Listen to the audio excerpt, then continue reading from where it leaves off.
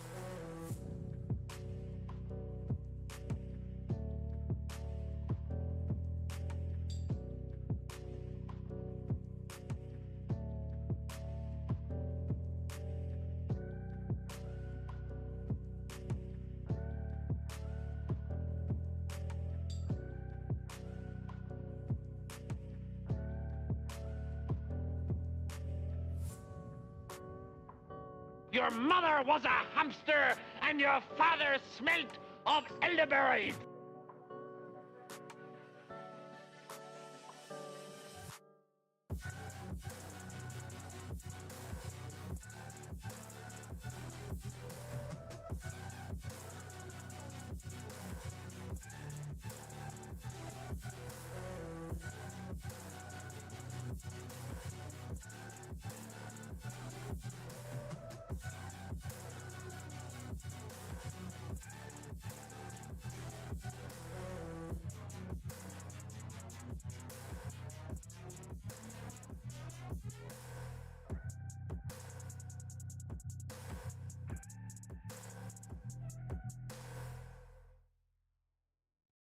I say off things quite often.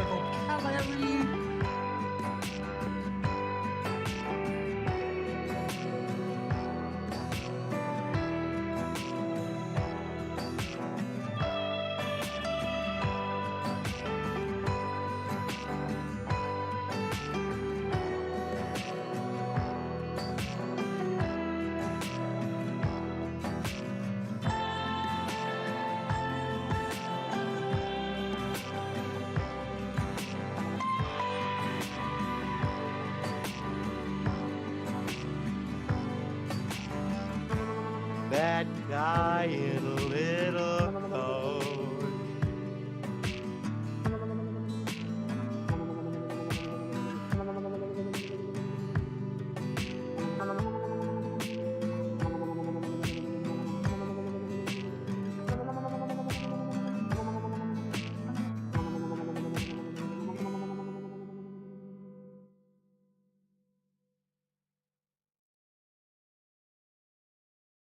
I have nipples.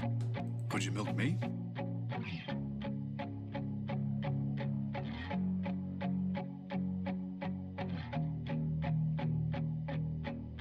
Hail to the king, baby.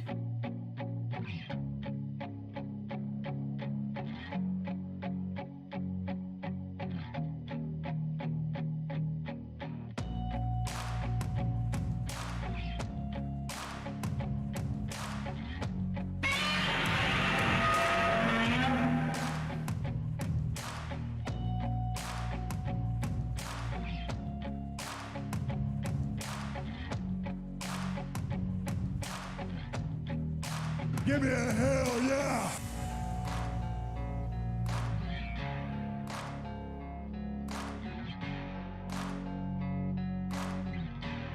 I'm your huckleberry.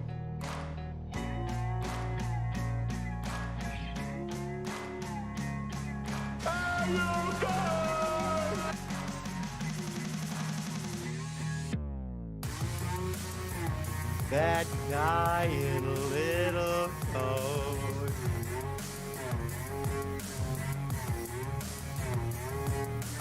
It's Miller time.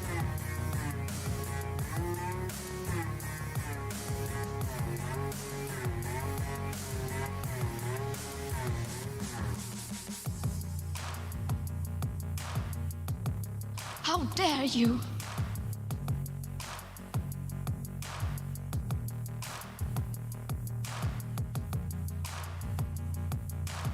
Motorboat? You play the motorboat? You motorboating son of a bitch, you old sailor, you.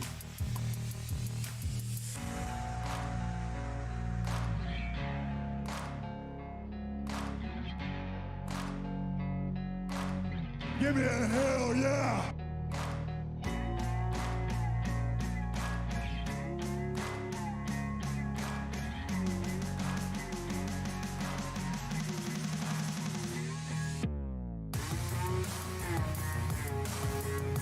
Missed it by that much.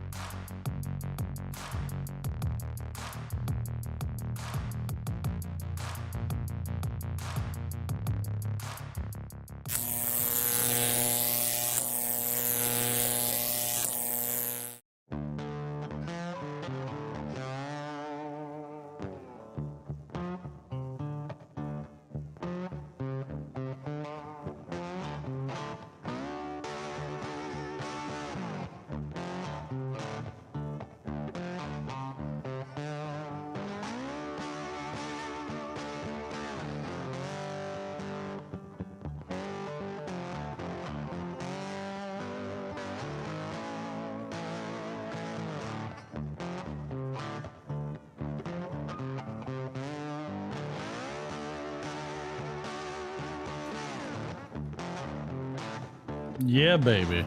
Yeah. What's everybody doing? We're having a solo night tonight.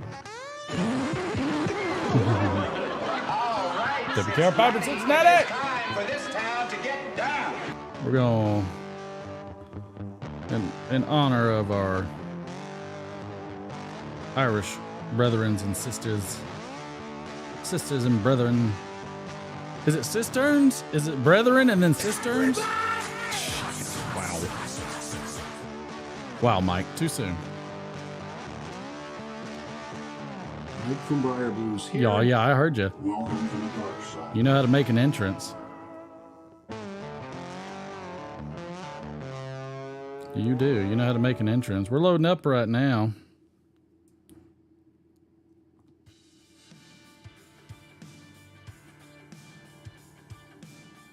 we're loading up a little bit. I gotta turn off that daggum exhaust. Not turn it off, but it'll be all right.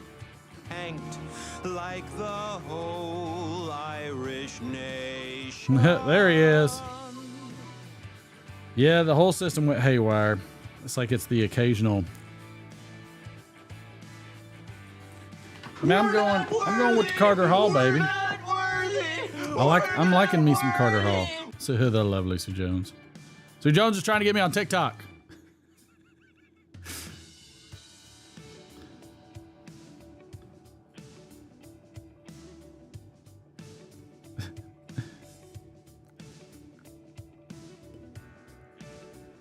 We're almost there.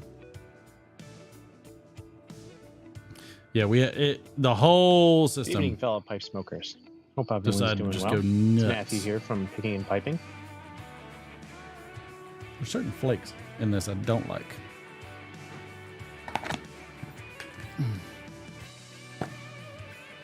Just certain flakes that I don't like. All right, we'll get to the shot in 1 second. 1 second. So we're going solo tonight. It's all right. We've done this. We've been here before.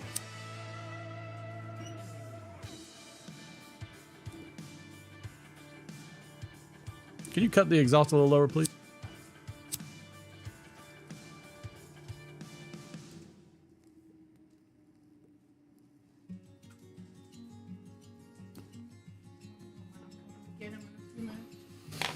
Okay.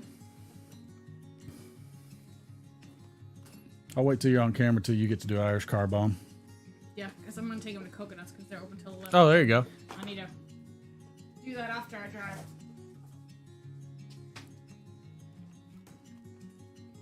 I like my little sitters, I tell you that.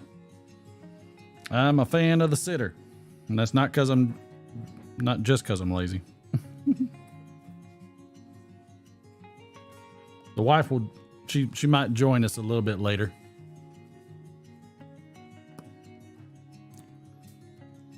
Make her presence known. I won't be making Muletown this year. I know, I see it. Won't be making Muletown this year. My wife's going to be taking my daughter to a women's gymnastics SEC game, and I'm like, go.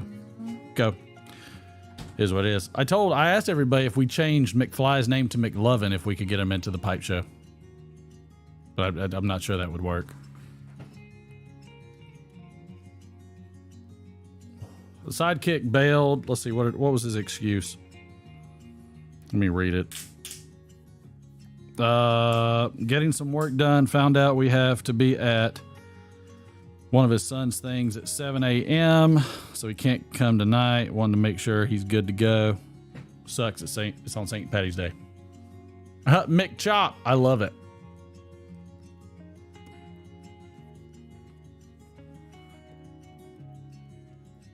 Balance is not my life. That's okay. All right, Mike. Before Mike goes apoplectic over there.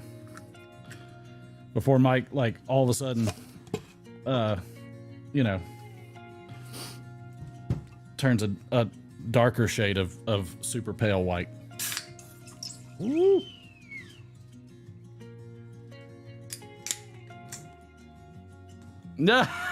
Mike. I mean, you're probably not wrong.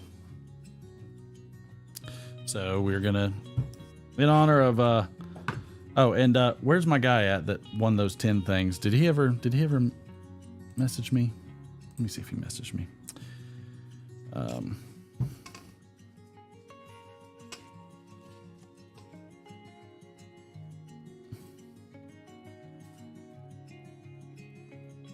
Somebody named Bye Bye Baby messaged me.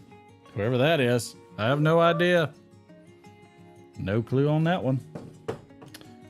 Let's see who else is there.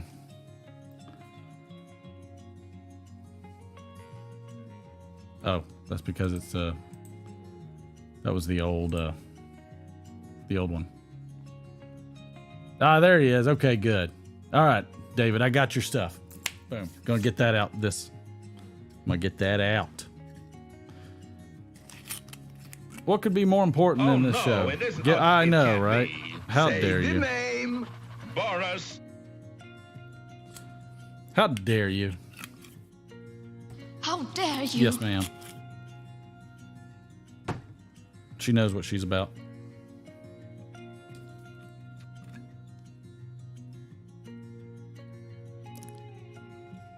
All right, let's do the dang thing. And for my guy that passed his driving, good on you. Who had their bracket busted already? I don't know. Not me. There we go. Whoop.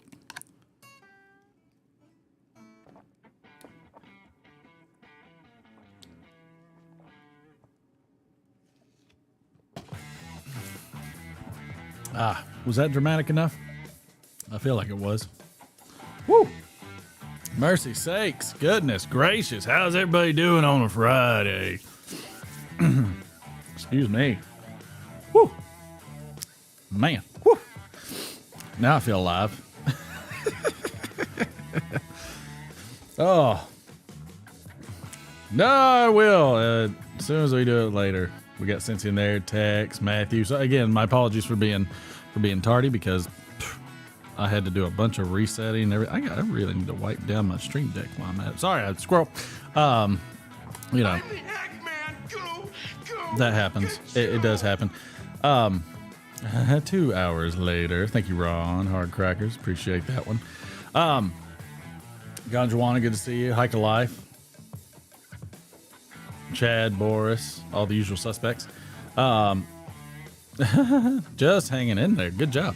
I mean, I don't think what Chad said something about it the other day about what the odds were, and it was like 9 trillion to 1. Like, if you know nothing about it or something, it was really, really, really crazy. I was like, okay. I'm like, so kind of what's the point? Like, you know, is that a lesson in what is it called? Some big word that Chad knows that I don't. Finish my word, Chad.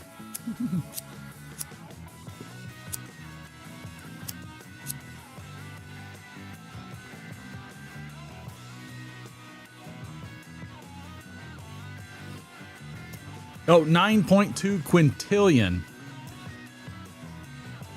If just a coin toss. Got it. Okay. I'm very excited.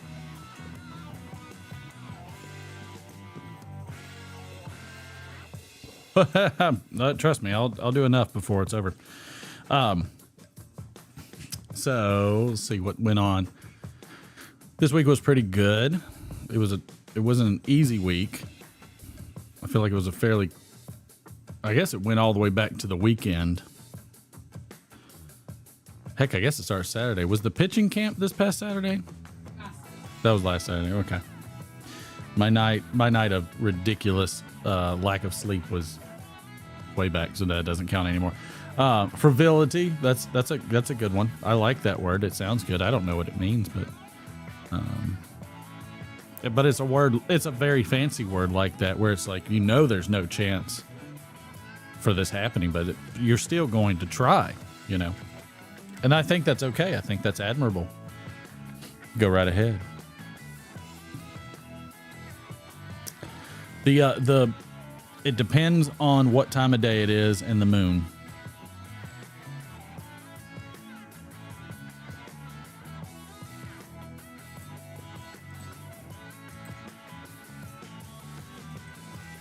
But I am running solo tonight. The wife will join me later. We will still have jokes. I don't care who laughs. We will still have the Friday Night Playhouse.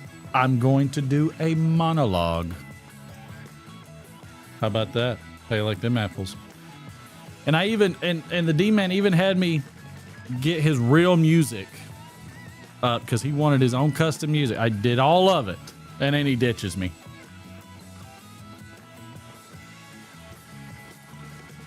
Can you believe it?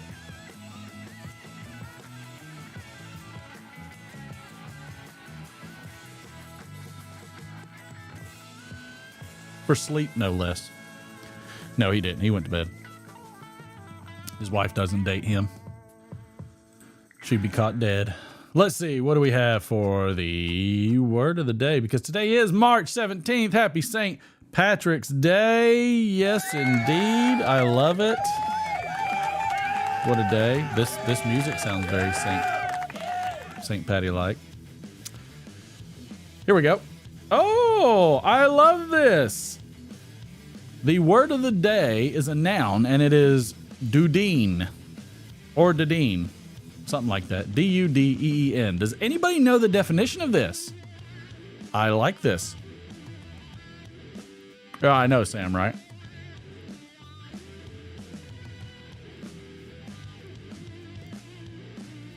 We got enough know-it-alls in here that somebody has to know what it is. Thank you, Patrick. Appreciate it. Chip, good to see you. This is Patrick. This is Patrick. Baby doll. Oh, yeah. You're good to go. D-U-D-E-E-N. My good friend Dora there, pipe maker extraordinaire. Dudeen. What was the question? What does the word dudeen mean? D-U-D-E-E-N. It is a noun, and it is fitting for today.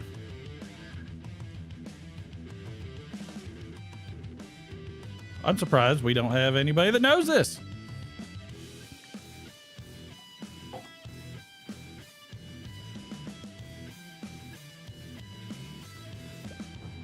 Oh, no, you're all wrong.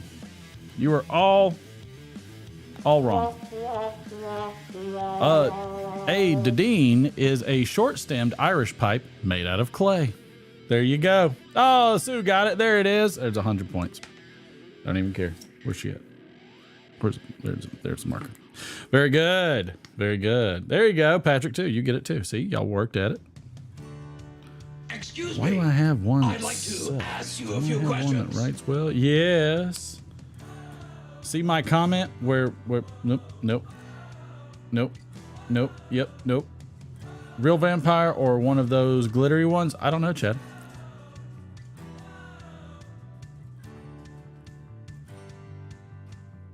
Was that the wrong comment? Do I have to scroll further?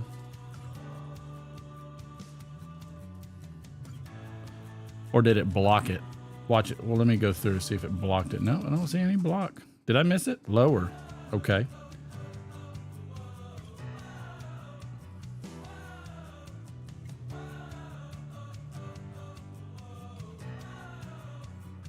I'm looking. It doesn't. It's not showing up on my end, Chad. I don't see it anywhere. What happened? It must have disappeared or something because I don't see it. That's crazy. Oh, okay. Chad too. There we go. This one busted. There we go. Mm-hmm. Say it! Say it! Just look at that grain. Are you looking? Very nice. Who? Somebody gave me a sentence with it. Besides Phil, I got Phil down. Oh yeah, Sam doing it wrong.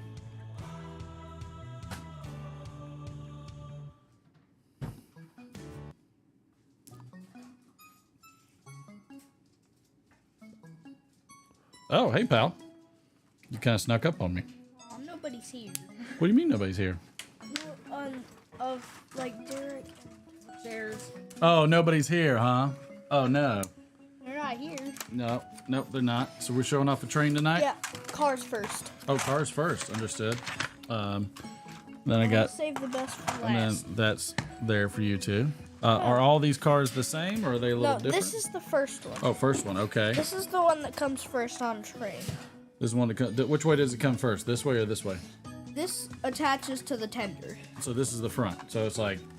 Me, me, me, me, me. But you have to put the train in the front of it. Well, I thought we were waiting. Yeah, we're gonna wait. Well, I'm just still gonna do me. So turn your face. Me, me, me, me, me, me. McFly! There it goes. Come on, show me. Yep, show me. Yep, yep, yep, yep, yep. Come on now. There we go. so cool. I like that. It's a nice one. All right, and then what's next? Boom. These two are the same. Okay, so these two are the same. And they actually, just like the Hogwarts Express, have little rooms inside of them. Well, I can see the little rooms and the benches. Mm-hmm. Just like the Hogwarts Express that I love showed. it. I love that. That's awesome. Okay. And then we're showing Mr. Fancy Pants. Do you want me to take him off of the plastic? Yes. Oh, okay. So there's plastic casing around it, so it Can you tell me how it comes off? Yes. Oh, so tricky. And then, yeah, it's here, Okay. so the train doesn't break. I already, It's fine. I already dropped the tinder off. That's all right. We'll just show it as it is. That's my favorite part about it. What's that? You burping in my ear? No, not that. Train, and it actually has all the detail inside if you show them the back of the engine. I did show them the back of the engine. See, there's the fire thingy. The firebox. Yeah, that thing. And the front. Oh, the front. That's the front. That's the front. Oh, a little bit at an angle. But it's at the front. All right. I got real nervous. Let me put it back together. All right. Well, I already did. Well, you took it apart. No, it wasn't together. I was putting. Well, it's together enough. Well, now it is Do you know who I am? Sure ain't. Just Kind of a I would just put this in. People know me. Put My that apartment smells of rich mahogany. Very good. All right. Finally! All right. Is it set in there now? Seems like it's kind of There it is. It's cattywampus. set. Okay. It's set If it's now. set, it's set. Okay. All right. Now that I know how this works, boom. Very interesting. Can I show them the contraption? Oh, I don't care. Go right ahead. So for the casing, you actually have to pull that tab up to open it. But I am not going to open this far because I'm holding it. Yeah, good idea. I like that idea. All right. So. I know. What? It's a good idea. That is a great idea. Amazing idea. Isn't that the most recent? Yeah. It is? It This isn't? is the 2011. The 2011. So, McFly had a very, very tough week today. Today? I mean, this week. Very tough week today. So, that is a American Eagle. But, as you can see, it comes with the Eagle shield instead. Which I like of that. the eagle going. But yeah, no, I think we can show him real quick. He's got a couple like this. You got some of the older ones. I have the older ones. That's all right. But yes, so he got that because McFly this week had to take, because he was out Friday because he wasn't feeling good. So he had two makeup tests that he had to be up at school at 7:20-ish. I had to be at school at 7:15. That 7:15. So 2 tests at 7:15, and then 1 test on today, and then he had 2 games, and two baseball games, and then BB practice, and did a great job improving in all of it. Baseball, he's getting better on his hitting. He's learning how to get his timing down.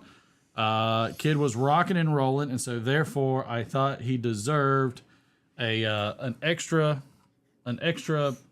coin to his investment stack, the McFly stack. So right now he's got 4 silver. By the way, silver went up. He showed up on time because I show up on time. That's how it goes. All right, man. Anything else you want to tell I them? have a question. You have a question? Who is the person 4 up from the bottom? Yeah. Oh, that is Cincinnati. Cincinnati, it's all right. It's all right. Why is that doing that? I know why that's doing that. Because it wasn't set. This was the meltdown that I had on the system. And was that it? Yes. There we go. Go get Mom to help me. Well, again, I would stack things over there, and then you can work them in. Here you go. Might want to take this. Are you going to tell everybody? Oh, make sure to like, share, subscribe, turn on notifications. I will see you next Friday. You remember what happened last time you let them all fall to that? Yeah. Oh, yeah. They all You fell. can stick this in your pocket. Okay. You could do. Okay. Boom. Done. You can get those probably in a little bit. Take that one in. You can come back for the other. Funny kid.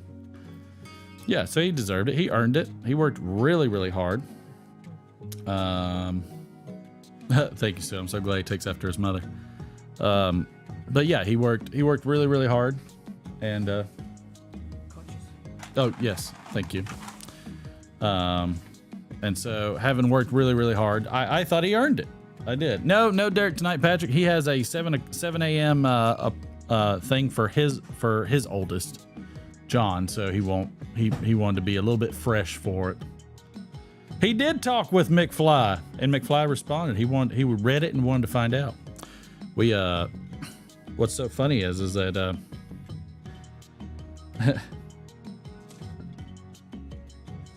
I don't even know if I want to get into this right now. Could y'all forgive me for a little serious talk?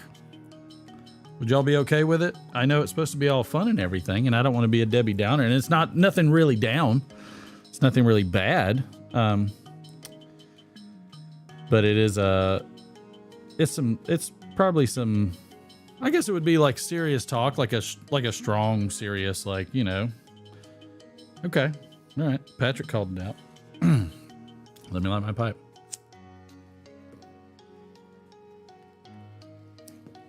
So Chad put out an amazing video recently, and it was about balance. I suggest you go and watch it and what it means to you. And I would say balance has probably become more critical in my life, especially in the more near term of it. Having my you can't hear thee. Who can't hear me? Thanks, Troy. And so one of a little bit of a journey I'm on, I guess you could say, is probably to find balance. Can nobody hear me? Sam, you can't hear me? You showed a monkey, and I don't know what that means, but something. Give me a thumbs up if you can hear me. Oh, okay, you hear. And so one of the things that I've been doing is I've been trying to study. I mean, all of you recall when I was talking about temple and everything, and I'm trying to learn. I'm trying to really flood my brain with more information about psychology and things like that, because my oh, the sad. No, you're fine.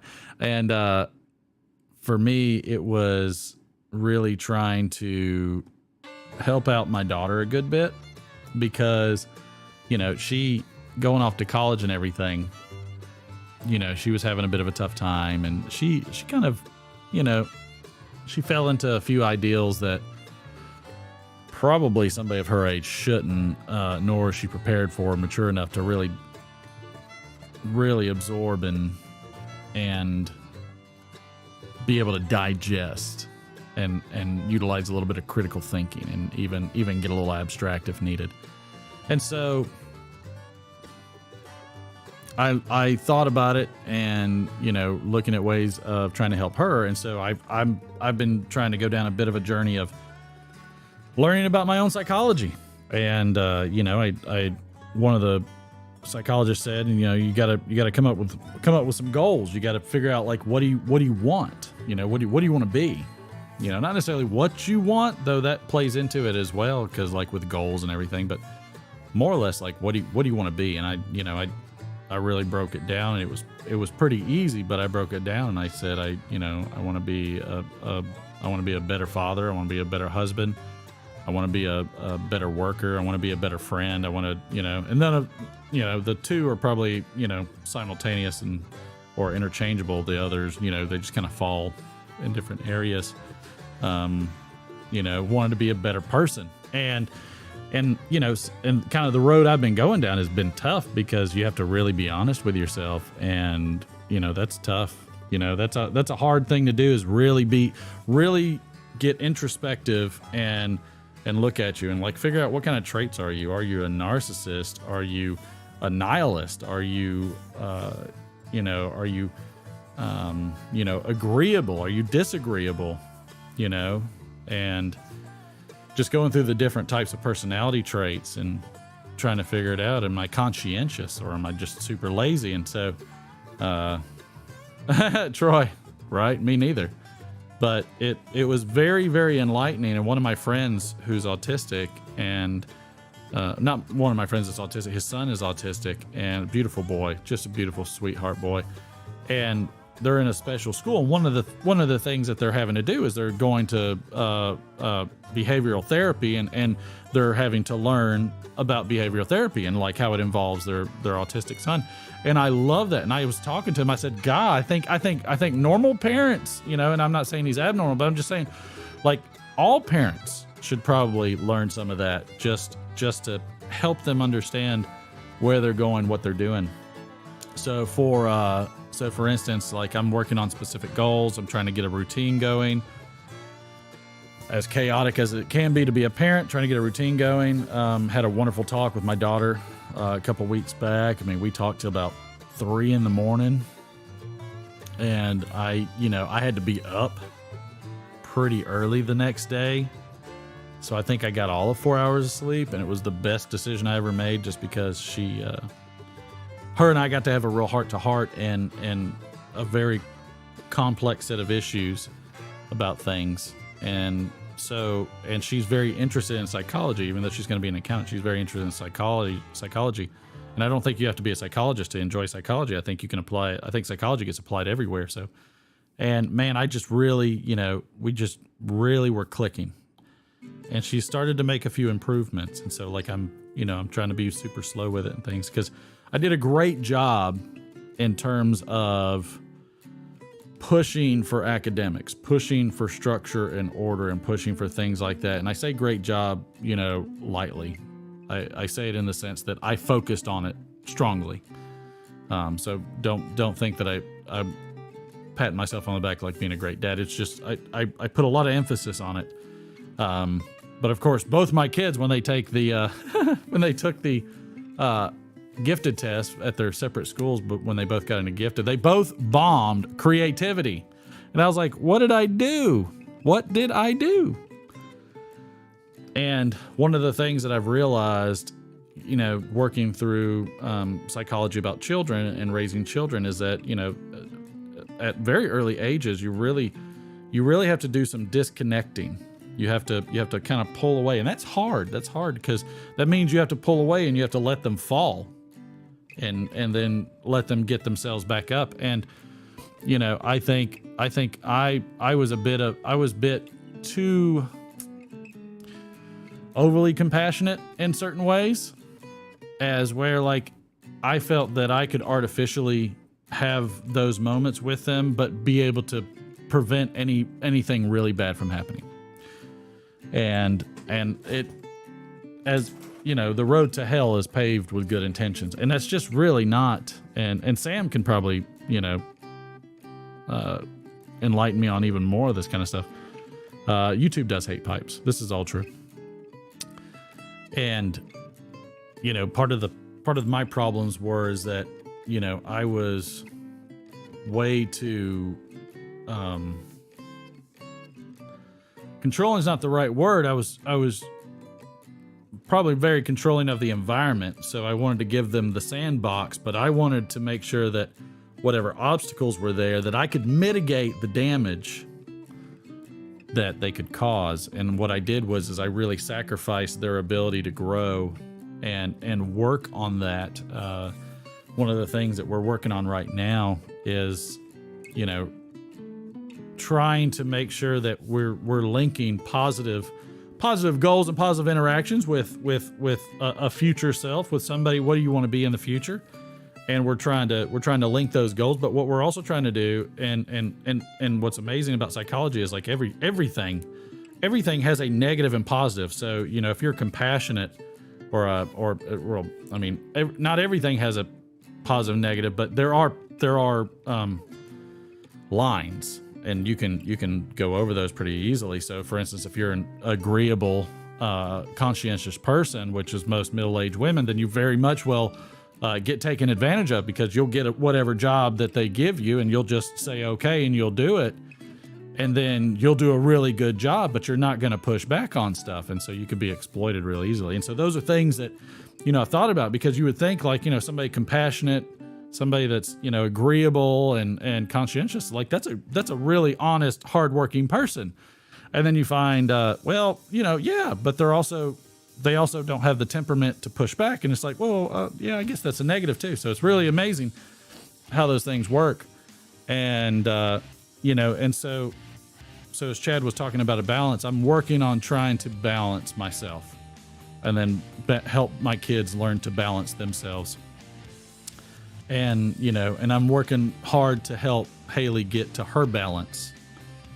And, you know, and I have to be very light. It's a very light touch that, you know, she almost can't know that I'm doing it, because I don't want her to pull away from it, because, you know, you can get into a situation where you go down a rabbit hole. You can set yourself goals, and then when you hold yourself accountable, you can go way down the rabbit hole, and that's not going to do anything. And I forget the psychologist's name that said that you should, whenever something bad happens to you, okay, so whenever you do something wrong and it's bad, and he said find the closest, smallest, effective resolution to the problem, and don't go any further.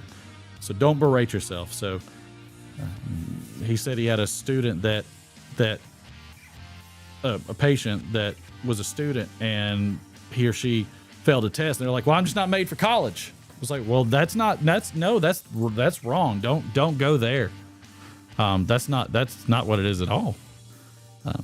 You just didn't study enough. So just study some more. That's the simple, quick Occam's razor, like just get right there. And so, you know, and I'm trying to do that more with Haley and the boy.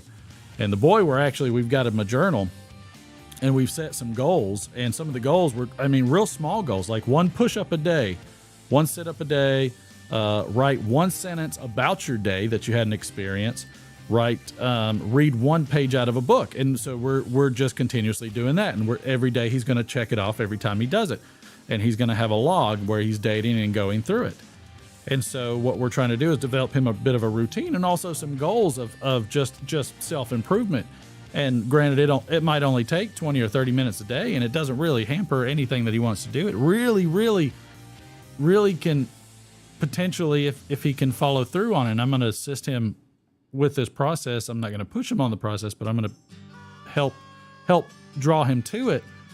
And even if that's my own involvement, like I'll get and do I'm whatever I'm telling him to do, I'm willing to do. And so, you know, I probably should be doing it with him, actually, repeatedly. And so, you know, lead by example. But if I can develop some of those good routines, I think maybe that might help on a path where, you know, like if you fail at one of those, it's real small, right? Like, you know, you failed. Okay, I just need to do it.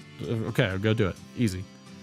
And if you succeed and you do this all year, well, then, you know, he's gotten a little bit stronger. You know, one of them was agility. He wants to just run around the entire yard one time. No problem. Go do it. And that's part of it too, David, is like not getting overwhelmed. Just one little thing. Like, they're called micro routines. And I'd say this is kind of a micro strategy. And so, you know, so we'll see. I know most of you weren't interested in that, but Chad was talking about balance, and I'm trying to help find those balances, you know, to find those balances within myself, find those balances within my marriage, my friendships, my relationships with you guys, with, you know, my kids, and then them all within themselves. And, you know, Make your bed. Make your bed. Clean your room. But making your bed, absolutely. That's a big one. And I suck at it, but I've been trying to make it more often than not. I forget to do it in the morning, but I typically do it at night. But I need to get into the routine. I'm still working on my sleep too, because I'm trying to get a very, very good time to get up. So and have some lobster and have a shot. I apologize for going into a serious talk. But but Chad, that would be my response of what it means to me is that balance is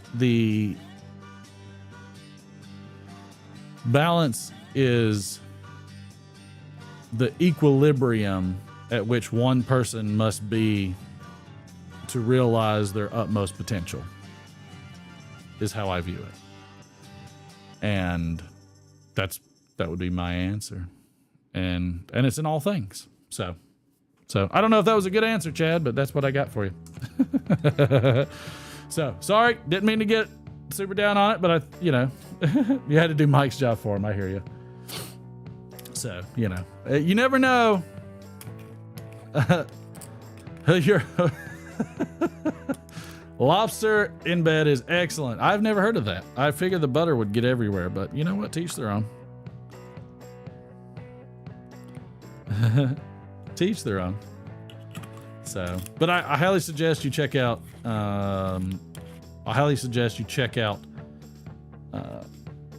Chad's video on that, because I thought it was really, really good. Very, very fascinating. And what's cool is me and the boy, we talk about balance in shooting. We talk about balance in baseball, and if you want to be the optimal hitter to execute on your mechanics, you must be balanced. Balance is the key. What did Mr. Me and the boy talk about this too. It's from the Karate Kid. Must have balance. I mean, it's all there. So, but I find it very, very fascinating. Oh, good. I mean, I can clip this if you want me to, Chad. I can clip that. What time are we on? I can clip it, and then we can and then I could send it to you. I could post it up there.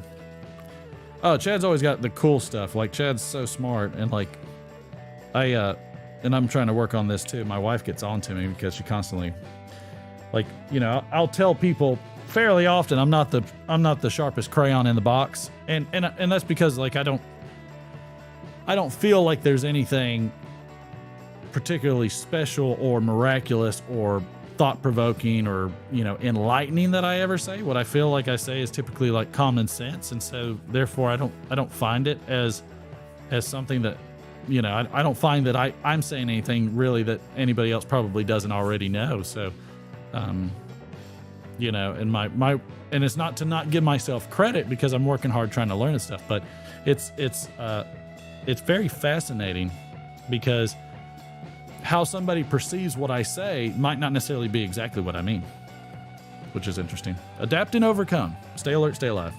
Cheers. Here we go, down that.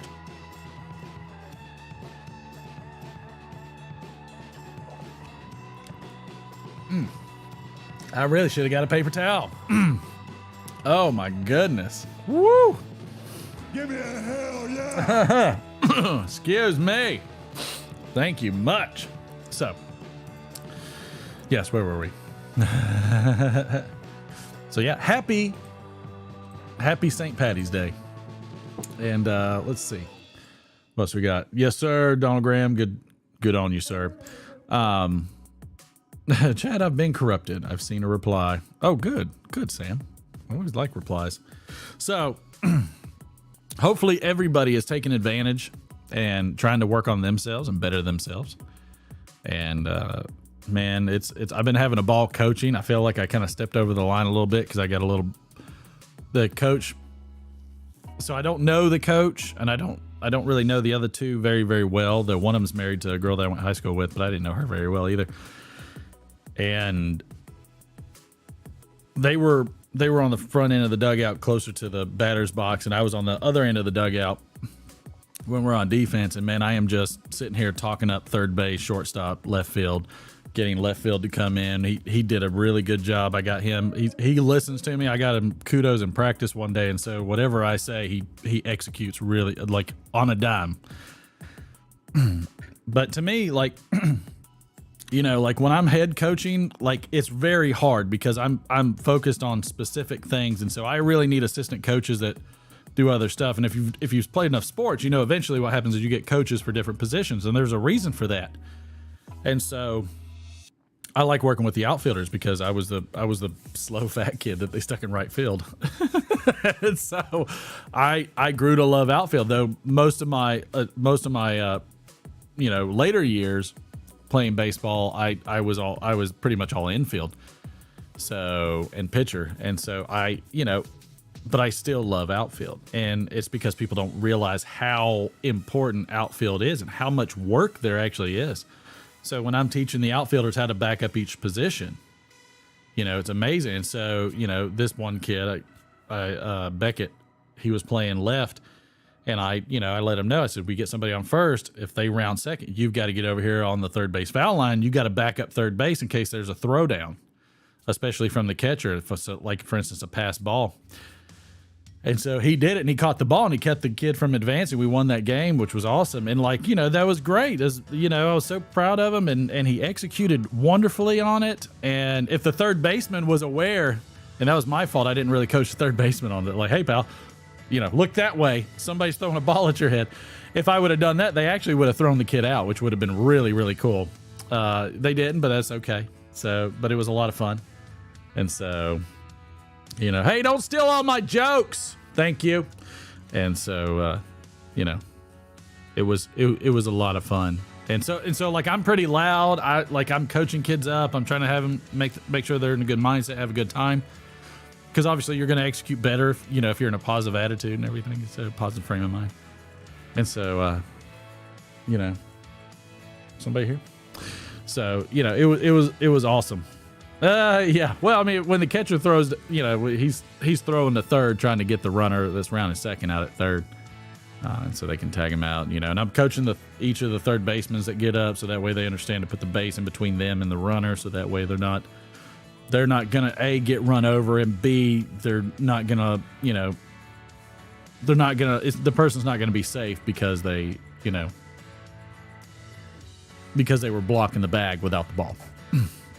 So, you know, it's things like that, and it's a lot of fun, man. It's a really fun age. McFly he's been coming along sharply. Like, he's working on his own timing. I have not been working with him at all with that. Shooting wise, we have been working on something. He likes to jerk the trigger when he pulls. Obviously, they call it a trigger pull, and I've said, you know what, we need to go to what's called a squeeze. And so I'm teaching him to just constantly squeeze that trigger slow enough, and stay sighted down on his target slow enough that you just barely get the trigger to the brake. And so he was doing that, and he probably went up like 10, 15, 20% on each one of his targets. So I was like, great. I mean, just so many positive things. I was like, this is such a good week.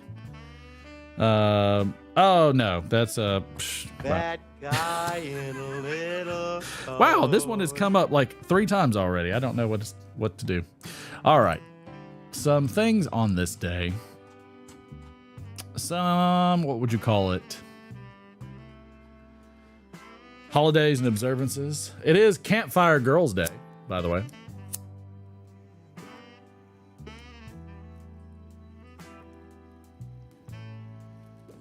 I don't really know why campgrounds aren't open during like the colder times of the year. It makes me kind of mad because it's such a nice time to be out there, but all of our campsites close that time. I don't know what Campfire Girls is. I don't know if that's a reference to the whatchamacallit. Hold on, Patrick, I'll get you.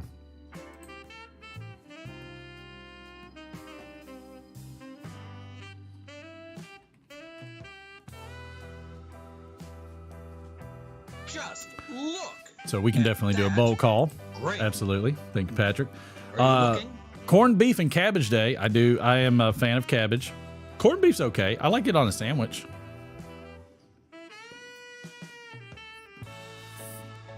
Doctor Patient Trust Day. Could be a little tough these days. Evacuation Day. Some people feel like they need to evacuate as well. Evacuation Day observed. That has also happened then, apparently. National Day of Action Against Bullying and Violence. No problem there. National Preschool Teachers Appreciation Day. I like that one. Red Nose Day. Does anybody have any idea about, is the red nose like because it's St. Patty's Day, like, you know, you drink too much? I get a red nose. I need to powder my nose.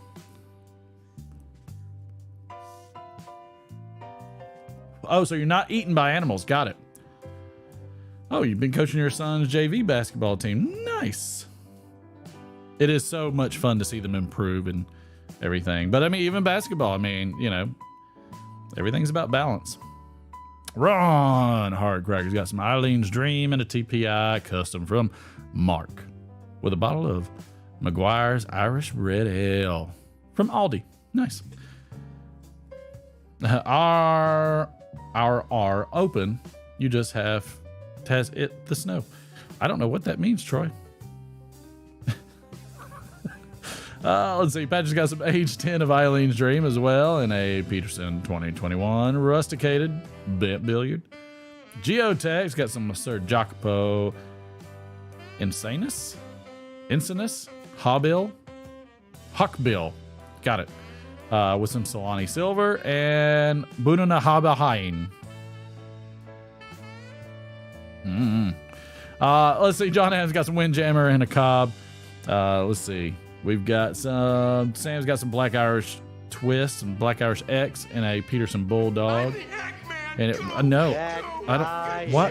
Why is Chris Farley like the biggest? I need something different. Hail to the king, baby. No, we heard that one. Give me something. Son of a. Giggity, giggity. Giggity, goo. Stick around. Okay, I'm going with that. It's all right, Tex. I got it. Some Black Double X in an 804. Nice. I like that. That's good stuff. In a moment. Let's see. St. Patrick's Day pipe. There you go. WKR Piper says I got some bold Kentucky and a country gentleman. The restrooms are closed for winter in most campsites. I mean, I'm a guy. Exclamation point sandbag. I don't even know what that means. Oh, shut up, Magnus. Frozen pipes. Yeah, I mean, ours don't really freeze very often down here, though. T-Spence got some Cornell and Dill Burley, #1 in the Friday 7L. Drinking some Jameson and water. And Geotech just has to do it. You play the motorboat? Just has to do it. You motorboating son of a bitch. You old sailor, you.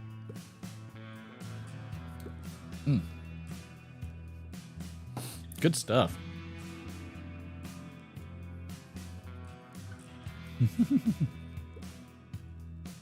Nick Foster, welcome aboard. Let's see. I feel like we should get to the Friday Night Playhouse. That's what I feel like. You know what? Let's go ahead. It's kind of demure right now. I'm gonna wait till the wife's out here so we can do some cards and do some jokes, because I'll save most of it. Well, you know what? Should we do some jokes or should we do the Playhouse? What do you say? Jokes, Playhouse. Where do you line up? Where are you? I'm also drinking some Highland Brewing, Asheville. No, not the cards. That's 2, so I'll make sure to have those. I'll be doing them by myself. You know what? Maybe should I do them by myself? Should I do some cards against Derek by myself? I'll draw a question, draw random cards. I don't even want to be in the, I don't want to be on both sides of that problem. Patrick wants some jokes for now. All right, let's get it. Let's knock the dad jokes out of the way before, so my wife doesn't, Let me just punish you for a bit, so that way my wife doesn't punish me when she hears them. So,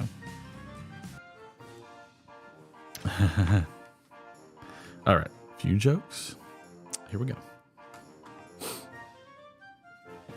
Why did the leprechaun go outside? To sit on his patio. Here we go. So you're telling me there's a chance? That's a good one. Yep. What is a leprechaun's favorite type of music? That would be the sham rock and roll. It's the sham rock and roll. If you like that kind of music. What do leprechaun ghosts drink on St. Paddy's Day? They drink booze. 2 hours later. All right. We'll keep moving on. There we go. Why did the Irish drive all the snakes out of Ireland? It was too far to walk. It's just, I mean, not like it's a big island, but it was a little, it's too far. It was so many things wrong with that statement. Okay. Let's see. Oh, here we go. What instrument does a show-off play on St. Patrick's Day? Yeah. It's the bagpipes. You see, it's the bagpipes. It's Miller time. Yep. This is all true. Let's see.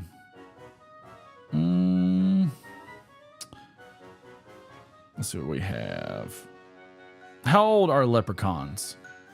Well, so old they can remember when rainbows were black and white. Smell it.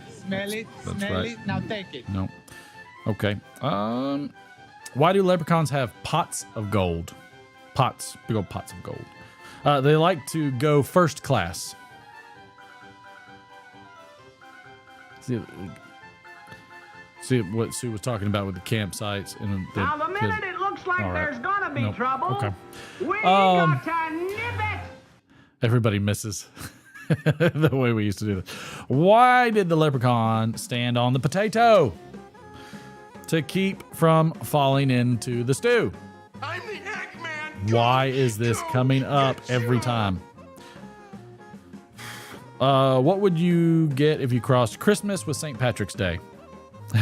Santa Claus. Hey, baby. Right. What's a leprechaun's favorite cereal? Lucky Charms. Yeah. Yes. Okay. Right. I don't know. Sam.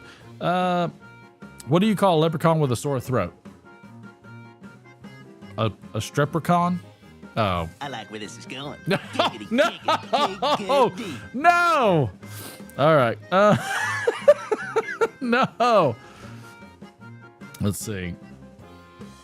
What should you say to someone running at St. Paddy's Day marathon? Irish you luck. Irish you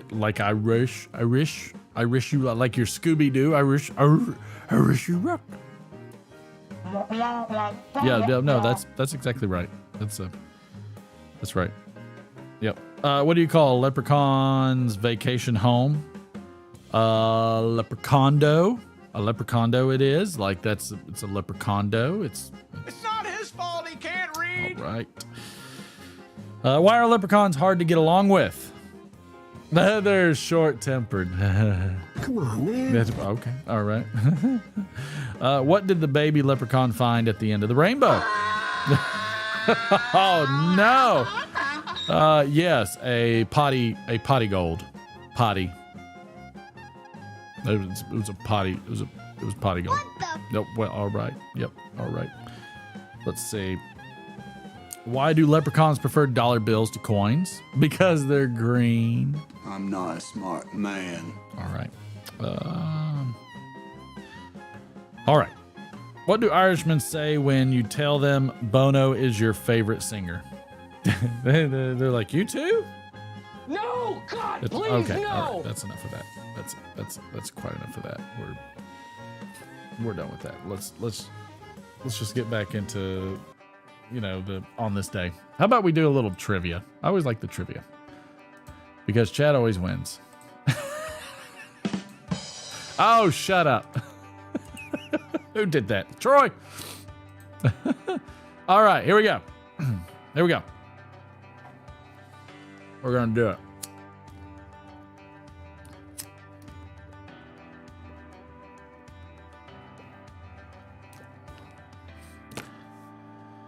Here we go.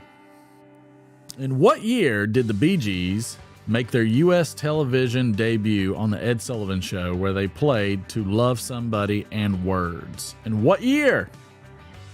Who's going to get it? It's not 1492. Excuse me. I'd like to ask you a few questions.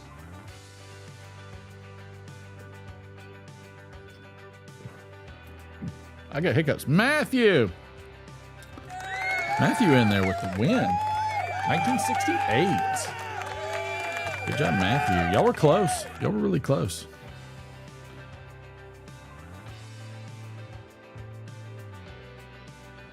Nice. All right. Excuse me. Yes. I'm sorry. like to Why not ask just you a have few a Chad questions. trivia segment?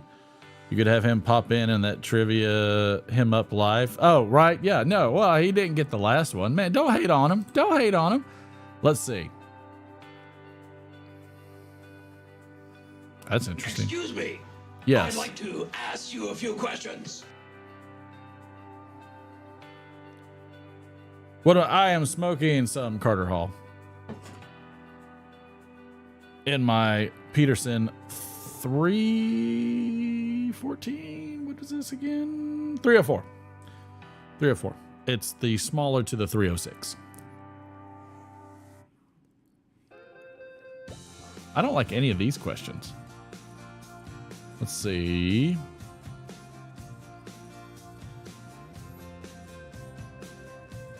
Oh, this is an interesting one. All right. Wow. Jose Canseco was released from jail. He was then sentenced to 2 years of house arrest and 3 years of probation for his part in a nightclub brawl on October 31st of what year? There you go.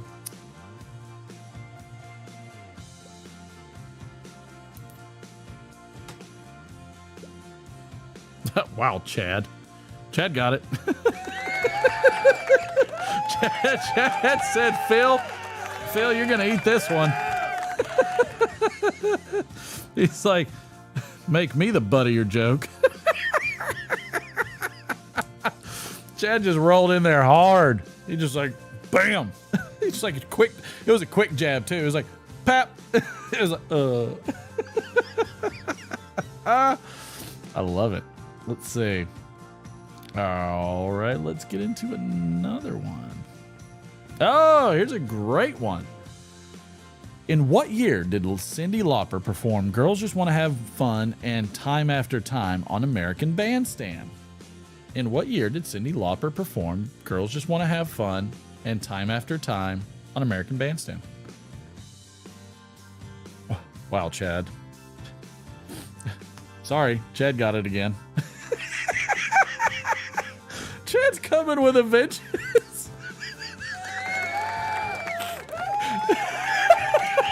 Troy, everybody cares. Everybody cares. Oh, gosh. 1994, that was. I love it. Let's see. I don't know which one I like on this one. I don't like any of these. Oh, no, I'm all right with this one. Here we go. And what year was Billy Crystal and Al Jarreau guests on Saturday Night Live?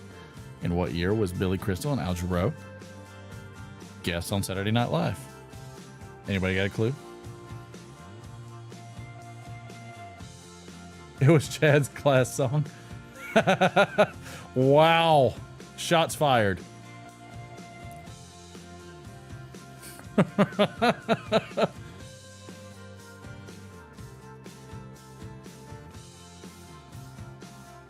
See, I did something on this one to mess with people's psyche. Oh, Mike from Briar Blues. There you go. See, I am the type. Patrick, good on you too. I am the type that when I'm the type if I am taking a Scantron or multiple choice test, this is how bad I am at multiple choice. If I'm taking a multiple choice test and I have 3 letters in a row, I do not care if the next answer is the same fourth letter. I will not pick it. I don't know if anybody else is that way, but I'm that way. If I get 3 in a row and a fourth comes, I will get that one wrong if it's the same letter. I just will. I can't help it. I've got friends in low places.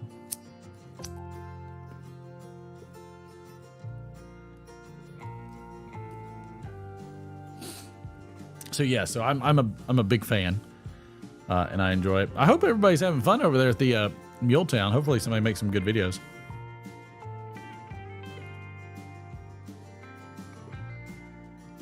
What? ELO and air supply? Nice.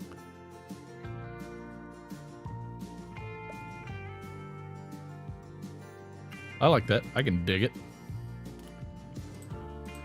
Let's see. Did we get through all the holidays and observances? No, we did not at Happy St. Patrick's Day. It's also Submarine Day. Little man is enthralled with the Airbnb commercial that does the Beatles Yellow Submarine song, and it's got the yellow submarine. And then we're like, that's in, where was it again? Norway or something like, no, not Norway. Where was it?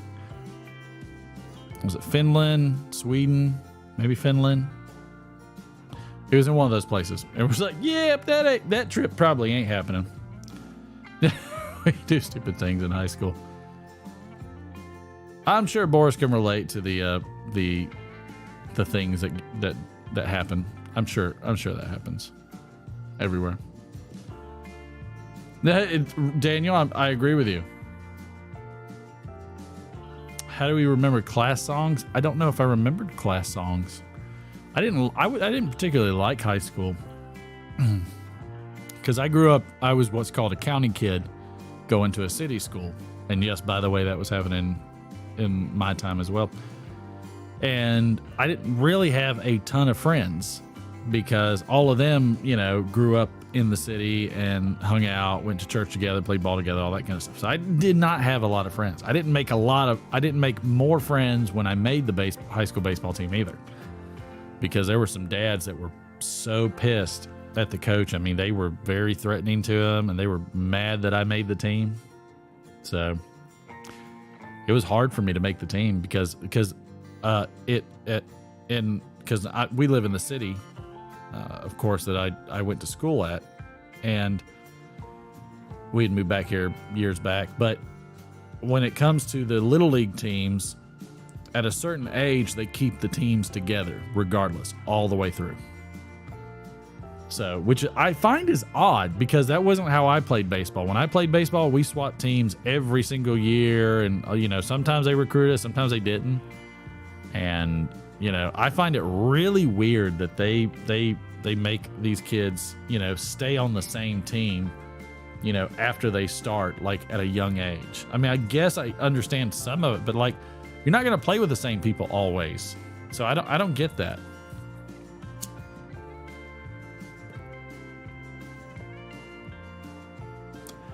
I started off, I started late. I think I was like probably closer to 11 or 12 when I started playing ball, but I played ball with some of the kids, that I lived near. We would just grab a ball and gloves and a bat, and we would hit, kind of like the Sandlot, the movie.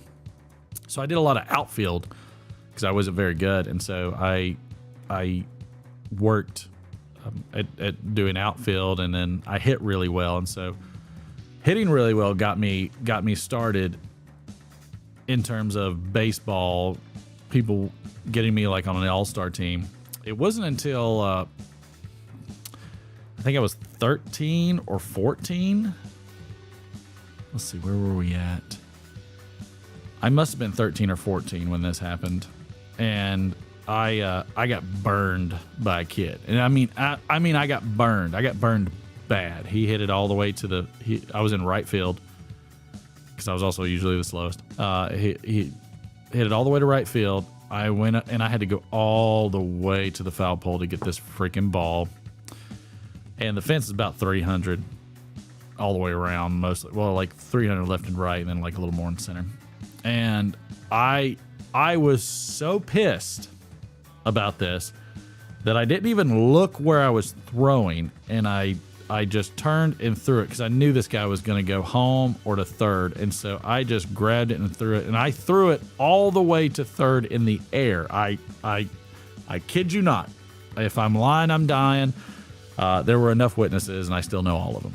So, and that's what got me into pitching, because the coach saw that, which it was like a freak of nature. So I don't know how I did that, but the third, and not only did I throw it to third in the air, the third baseman was standing on the bag. He didn't even move. And it was really weird. I didn't even look. I'm just using my mind's eye of getting a relative whatever, and I'm expecting the cutoff for somebody to get it. And I was just mad. I was so angry. And so then I got into pitching, and that was the next worst experience of my life, because my buddy Tommy, in practice, because that's when the coach wanted me to start pitching, he said just throw it hard like you threw it before. And I was so uncomfortable, and I nailed my buddy right in the back. And it didn't get better. I nailed him 4 more times. Like, I hit him so hard. There were 2 of them where you could see the threads of the ball in his back. And I if I recall correctly, I'm pretty sure I cried about it, and I hated it, and I didn't want to do it. And so my dad, who wasn't much into sports, he did pole vaulting in California, of all things, which is kind of fascinating. But he bought me a backstop, which I still have today. I still have it out there. It's actually, I still use it. And he bought me a backstop that was just steel, steel poles all the way around, and a not quite canvas, but whatever it is, it's lasted for years. And it just has a batter, and it has a pocket for pitching. So I threw ever since then, I would throw about 100 a day. And my arm would be jello. It was awful. What's funny is they have a lot of regulations now. Like, you're only allowed to get to, like, I think at max like 60 something pitches or something like that, and then they have to rest for 3 days. I remember being like 14 or 15 and pitching a double header. I pitched both games, which was absurd. Is somebody walking around outside? I don't know. See ya, Hike of Life. Good to see you, sir. Oh, I need to turn on the gambling. I'm sorry. I don't know who the Maverick is. Y'all just gamble and have fun. Let's see. Happy St. Patty's. And so, but yes, I don't, like, I hit that one kid so many times. I hated it so much. And so my dad got me a backstop, because my dad wasn't going to catch for me. He didn't know how to play ball or anything. And I threw about 100 a day. And that's how I made the high school baseball team. And I also I wound up playing a lot of third base. So instead of going to the outfield, I would play a lot of third base because I had the arm to get it across. And yeah, I enjoyed pitching.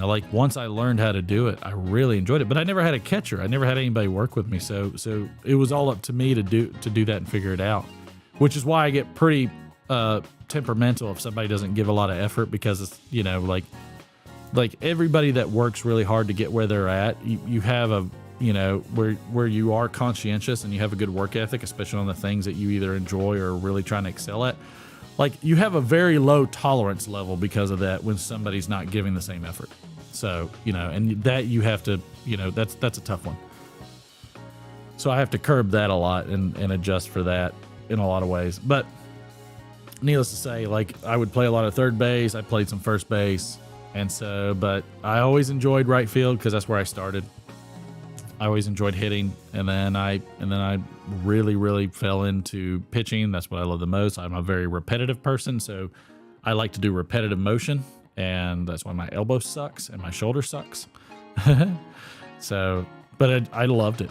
I loved the game, and I never watched. Like, I didn't really know who was playing. I still don't know who's playing. I never really watched baseball, but I loved to play baseball. I loved the strategy. I love the situational awareness that you had to have to play each position. I loved all of that, and I just had a ball with it.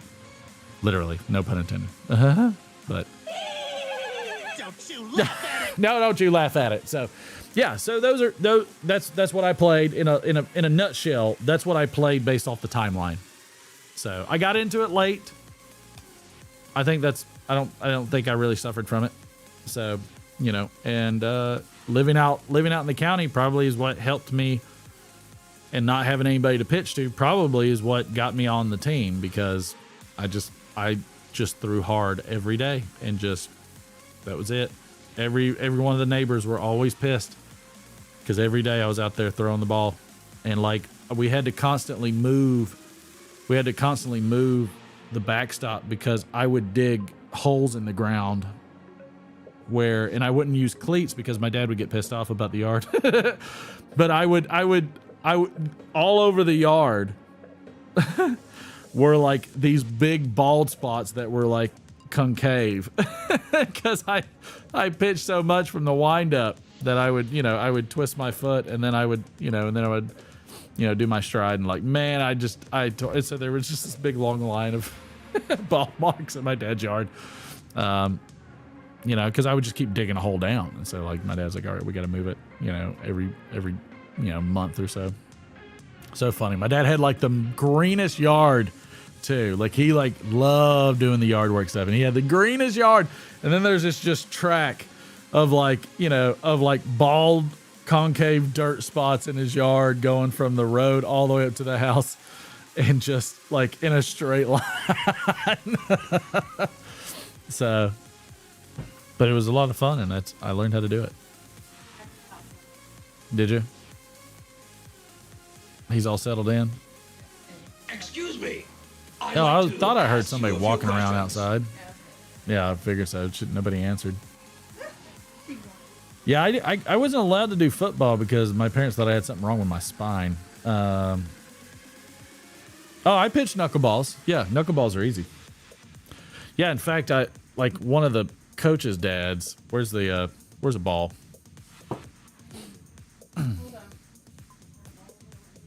But yeah, like one of the coach, like I used to pitch it. Like you want to do a circle change up, slider, split finger. It didn't matter. I could throw whatever it was. I typically just threw fastballs because I closed a lot of games. But I throw a 3-finger knuckle. Oh great, this is one of the like really rubbery like little kid balls, and so so this is my grip. I'm right here on the line. And so, obviously when I throw, it's going to come out. But it's so funny because they're in there, they're saying you're supposed to short push the knuckleball. I'm like, you're out of your flipping mind. Why would you ever do that? You won't make it to the bait. You won't make it to home plate if you and I'm serious. Like they're sitting there trying to tell me that instead of going back and and letting it release. Like they're like, you're supposed to bring it and push. I'm like, that's the stupidest thing I've ever heard of. Made me so mad. And then one of the kids was like, well, my dad said that's the way to do it. I was like, well, you can tell your dad he's wrong. Go right ahead. I was like, you want to throw knuckleballs? Let's go. Which again, that becomes more competitive, and it wasn't trash talking. It was just like, look, dude, this is what I did. So it's like, And that was the other thing too. Like all these kids go to all these like camps and everything. I didn't go to any camp. Like I went to Martin camp, which is just throw the damn ball every day. Curveball, circle change,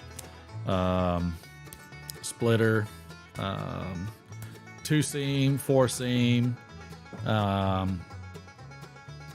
2-seam and the 4-seam were good. My slider, was this, and so, and that I think that probably messed my arm up more than anything. Just the inner portion of it. If I wanted to do, and depending on the curveball I was doing, if I was trying to do a wide curveball, I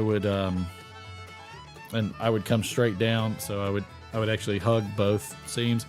If I was trying to do a breaking curve, I would come over the top. So I'd go one seam and I would go over the top. And so he got the gambling shanks.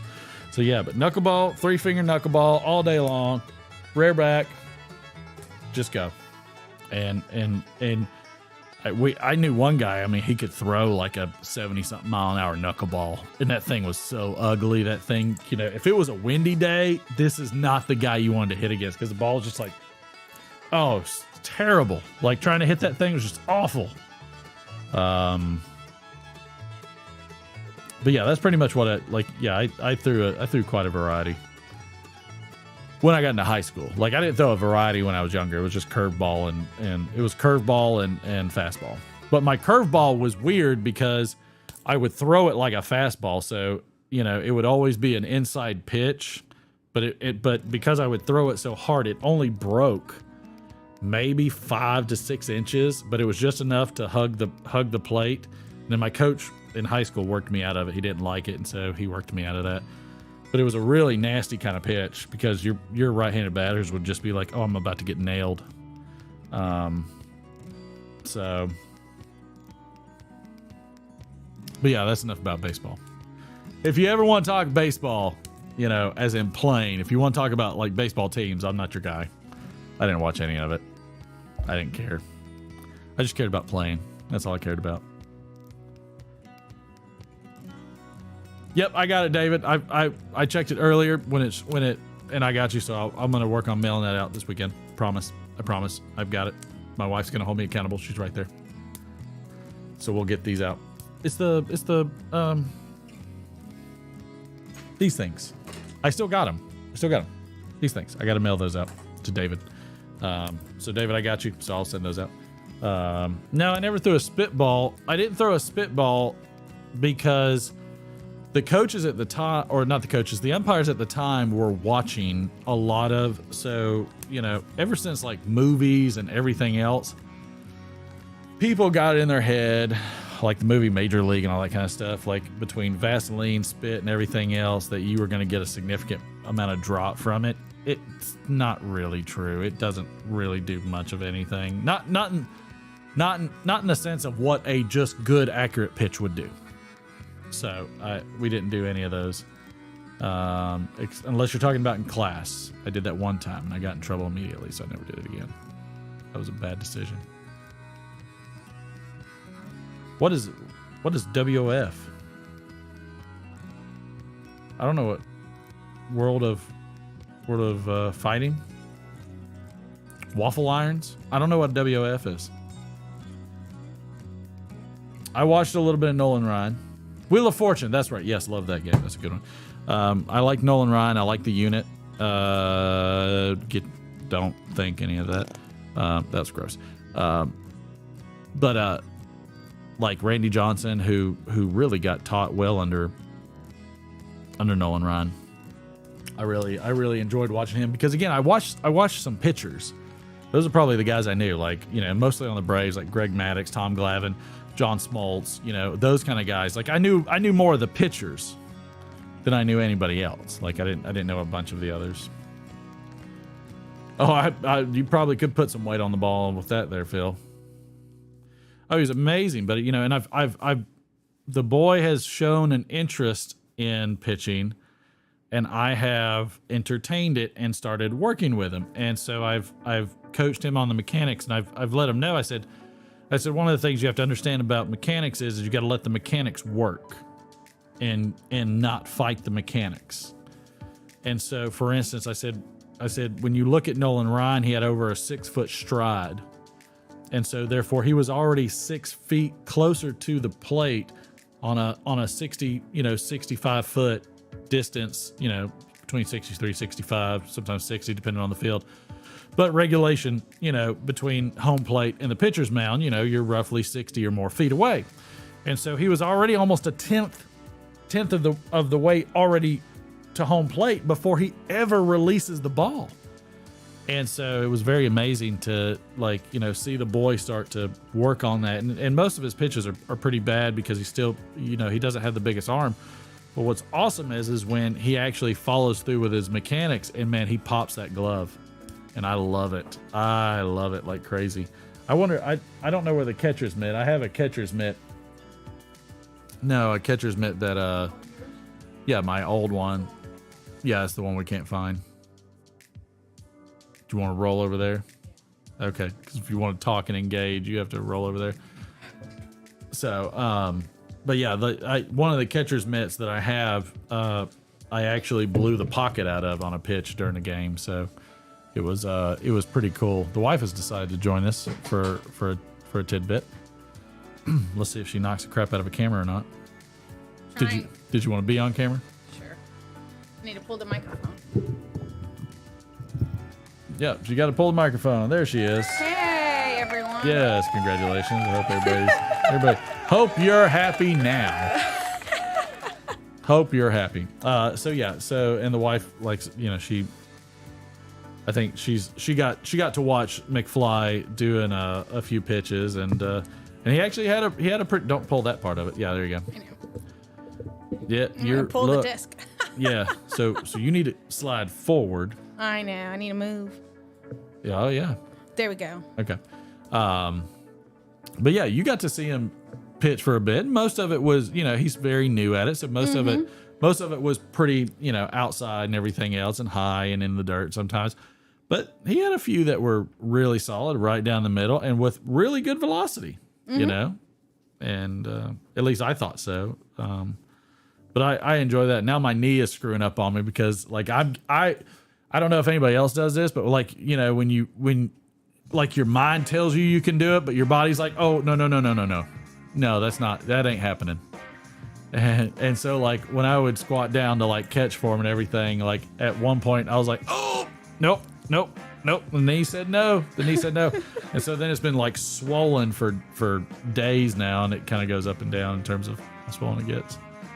Used to love putting on the fielder's glove on first baseman. Yeah, that's a big glove. Yeah. Name the only Braves pitcher that was both a starter and a reliever. Was that I don't know if I would know that. I'm trying to think. I mean, if it's anybody earlier than the 90s, I wouldn't know.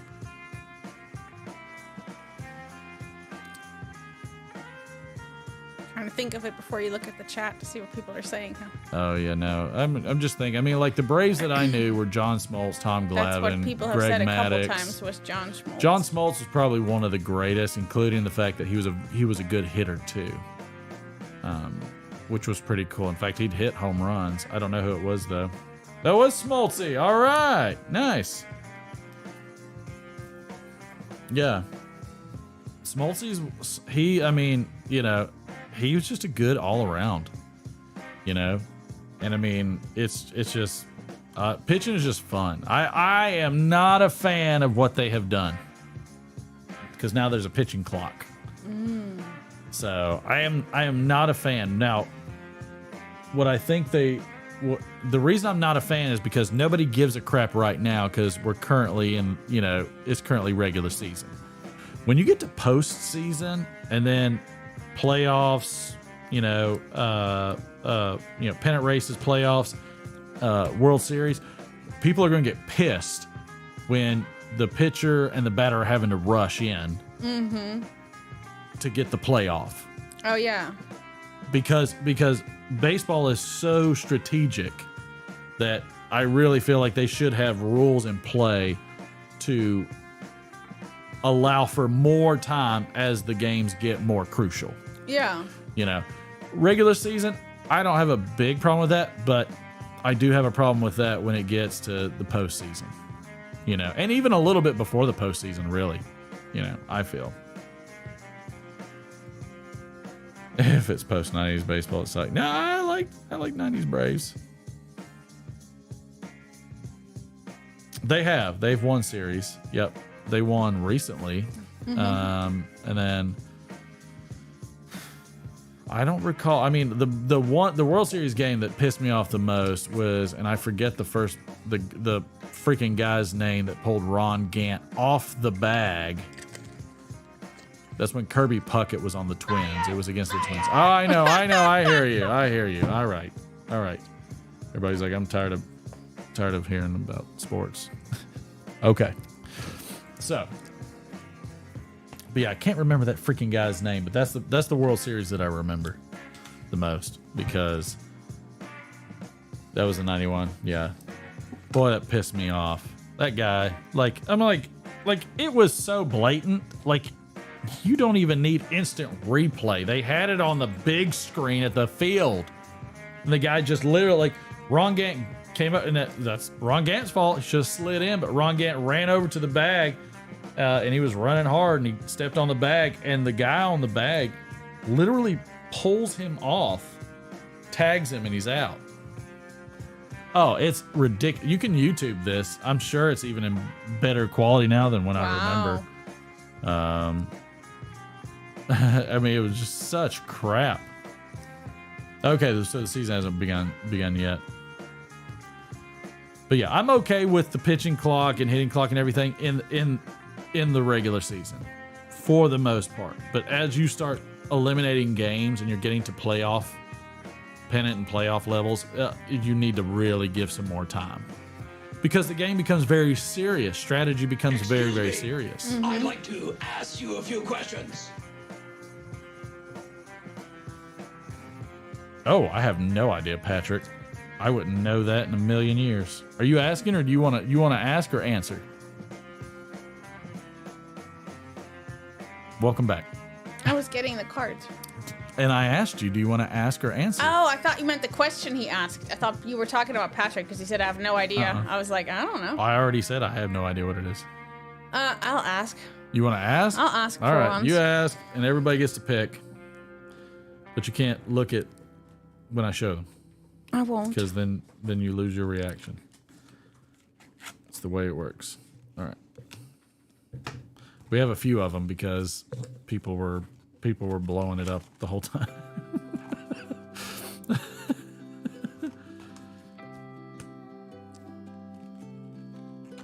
see. This one recently. See, Derek's not good. See, I put all my cards in the very end so they stack through. All right. All right. Let's see. Let's see. This is a 1 card. Okay. I'll show everybody the cards so they can pick 1, 2, 3, or 4. So I read it now, right? Yeah, you can read it. Just don't be looking over here. How did I lose my virginity? Oh, right. 1, 2. It was 1, 2, 3, 4. I know that's backwards to everybody probably, but 1, 2, 3, 4. Probably not backwards. That's probably okay. It'll be fine. Which is it? 1, 2, or 3, or 4? Did everybody see it? Or does everybody need to see it again? I see a 4. Oh, God. Sam picked it. I feel very vulnerable now. Couldn't read it. Too fast. All right. Look away, wife. I'm looking away. All right. All right. So 1, 2, 3, 4. There we go. All right. So what was it again? How did I lose my... Oh, no, don't. Yes, no, don't repeat it. Yes, I should repeat it. No, don't repeat it. Yes. How did I lose my virginity? All right. Oh, we got a lot of 4s. We got 2 4s, a 3. No, we got another 4. I think you got to go with 4. I feel like 4s are dominating in this category. Oh, God. All right. Go ahead. How did I lose my virginity? Fear itself. God, that's awful. Wow. Wow. All right. Wow, you guys are horrific. All right, again, 1, 2, and 3, and 4. Well, shit. My eyes ain't so good, but I'll eat my own boot if that ain't. 1, 2, 3, 4. All right, let's see what everybody says now. But if that ain't... All right, we got a 2, 3... I feel like somebody was going to sabotage me at some point. Right. Yeah, this is going to happen. 1. Wow, we got 1. Like, we got 1, 2, and 3. And a 4. All right, we need a tiebreaker. Who's next? Whoever's next is the tiebreaker. I feel like Patrick is giving me the least the least bad one, which I appreciate. All right, Chad says 2. All right, go ahead. Well, shit, my eyes ain't so good, but I'll eat my own boot if that ain't. Dying? I don't even know what that means. I'll take it. Chad was helping me. He was helping me with some harmlessness. All right. All right, what you got? Ooh, daddy like. No. Oh, all right. Don't look. I'm not looking. All right. Well, 1, 2, or 3. I don't even want to know. I don't even want to know. Wow. What a card. I mean, I've been like looking at different ones. Why are you looking? You're supposed to just random it. Nah. Something. All right. I got a 3. Got something to do while I'm not looking at the 3. cards. I feel like I'm being set up now. Now I feel like the chat's out for me.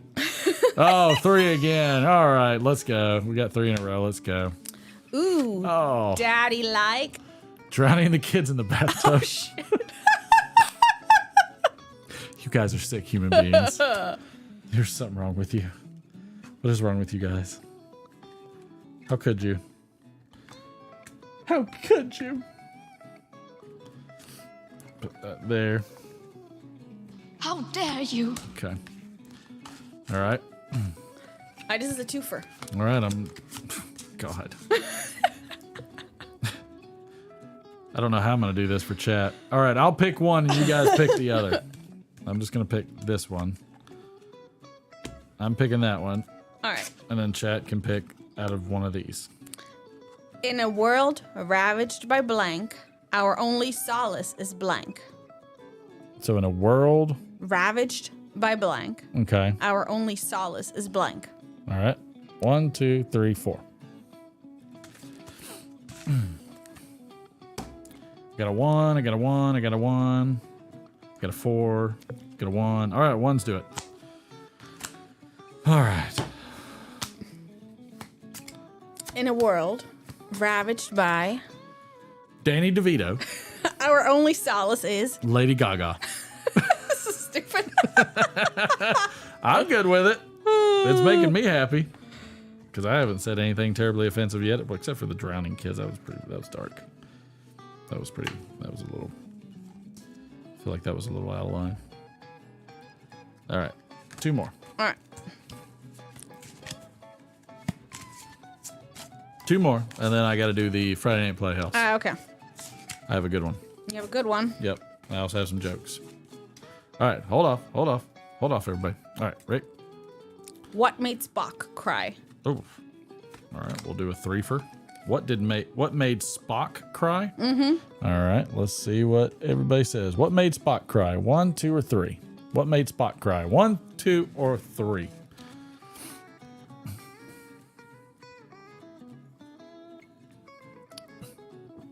Mike from Briar Blues is going straight to it on number 3. Wow. All right. Is the consensus in? Wow. Consensus is in. All right. Number 3. What made Spock cry? 3 consecutive seconds of happiness. Okay. That makes sense. That makes sense. I'm good with that. Yep. That's because Spock, he can't have feelings. He doesn't have feelings. Mm-hmm. That doesn't exist for him. He's a Vulcan. A Vulcan. It is. All right, last one. Okay, last one. Oh, hey guys, I know this was my idea, but I'm having serious doubts about blank. About blank. 1, 2, 3, 4. I'm having serious doubts about blank. Which one? Pick a good one. We got a 1, we got a 1, we got a 1. We got a 4, got a 4. Ooh, we got a tie between 1s and 4s. Who's gonna win? Somebody's gotta be a tiebreaker.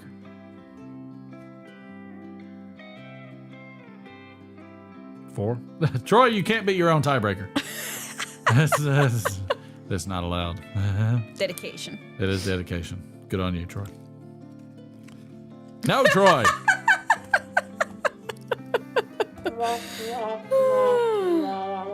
I mean, you know, if nobody else wants to break it, you might as well let him do it. Chad, are you taking notes, Chad? All right, Patrick goes for it. I trust Patrick. Oh, hey guys, I know this was my idea, but I'm having serious doubts about drinking out of the toilet and eating garbage. Okay, yeah. No.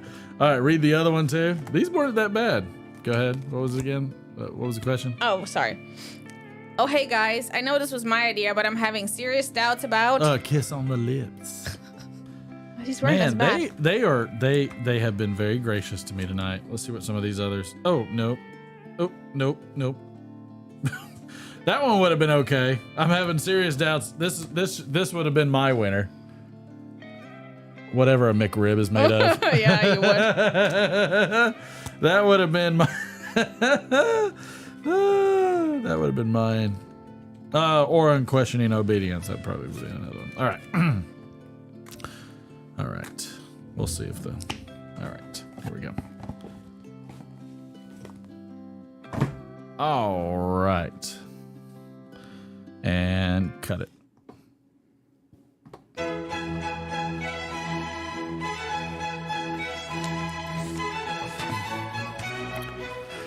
Yes, it is that time each week that you are dying for, yet hopefully you're still alive, because we couldn't do this show without you. Boy, that music is hot as all smashing get out. Let's go ahead and crank that down because it was on the wrong thing. In this episode, we have a man of wonderful, magnificent, intellectual fortitude, able to diagnose a scene at a single glance. Yes, this is what you have been waiting for every single week. In this one, we actually have a full monologue for you. Let's see if you're able to figure out where it's from.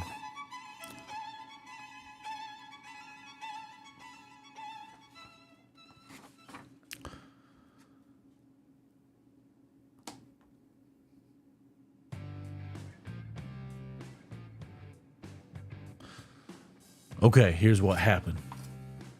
They waited in the parked car down in the street for the kid to leave, They went in through the garage. The kid says, he leaves it open when he, takes his bike out. They went in through the garage, and I already said that. Now they know the wife is the gatekeeper, right? She knows the code. The wife says she doesn't know what happened after, she hit the code. She just remembers going down, but judging by the burn marks, I think what they did, they used a stun gun on her. Now, this guy knows a friend is coming to the game, and they know that this door can only be opened from the inside. So they wait. And when that door opens, man, nobody's ready for this. Panic, devastation. This was like shooting fish in a barrel. Now, these guys dove under the table over here. The trajectory of the bullets show they came from straight across. So this means one of our shooters dropped to his knees. Bang. But something went wrong right here. One of these guys is a real sicko. He knew this man. He wanted him to suffer. And then they exited out at the front door. And they had no fucking idea what they were in for. Now they're staring at 6 guys with guns drawn. It was a fucking ambush. This was a fucking bomb dropped on Beaver Cleaverville. For a few seconds, this place was Armageddon, and there was a firefight. There we go. Yes, I know, riveting, right? That was, that's intense. That'll get you. So, I appreciate all of you out there that, all the warm applause. Yes, no. Keep your hands to yourself and keep them on your wallets, because the government's going to steal them at some point. Just make sure that you've already invested, because if you haven't, you missed the dip. And I don't mean that can of Skull in your back pocket either. Just hang in there, though. Every single Friday, 9 p.m. Eastern, or whenever I fix the computer, we'll have the Letter It Friday show. And in that show, everything you have waited for, the Letter It Friday, because this is what we do for you, the little people. Everything that you toil and struggle for all through the week comes to you every Friday. Thank you.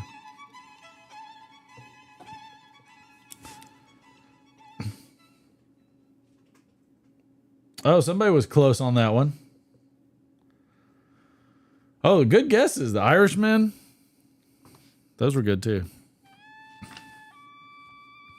Who's rolling on the floor laughing? All right. Tell a joke or two so the wife can be more entertained. Wife's just tired. Thank you, Sam. Huh? The wife's just tired. Well, she'll have to be untired. An Irishman, I don't know why I can't freaking say it. It's not his fault he can't read. Yep. All right. An Irishman by the name of O'Malley proposed to his girl on St. Paddy's Day. He gave her a ring with a synthetic diamond. The excited young lass showed it to her father, a jeweler. He took one look at it and saw it wasn't real. The young lass, on learning it wasn't real, returned to her future husband. She protested vehemently about his cheapness. It was in honor of St. Patrick's Day, he smiled. I gave you a shamrock. That's fantastic. Just when I think you couldn't possibly be any dumber. Okay.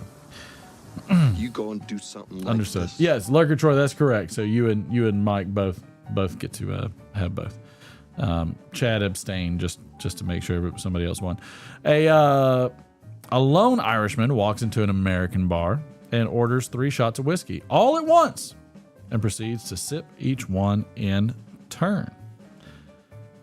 The American bartender finds it peculiar, but minds his business. Each day, the Irishman returns, ordering 3 shots of whiskey and sipping each of them in turn. After about 3 weeks of this happening every day, the American bartender's curiosity overwhelms him. So at last, he asks the Irishman, "Why do you always order your whiskey in sets of 3?" The Irishman smiles and says, "I'm not going to do the accent. Oh, I have 2 brothers. One still lives in Ireland. The other lives in England. Right now, the 2 of them are in some pub in those countries doing the same thing.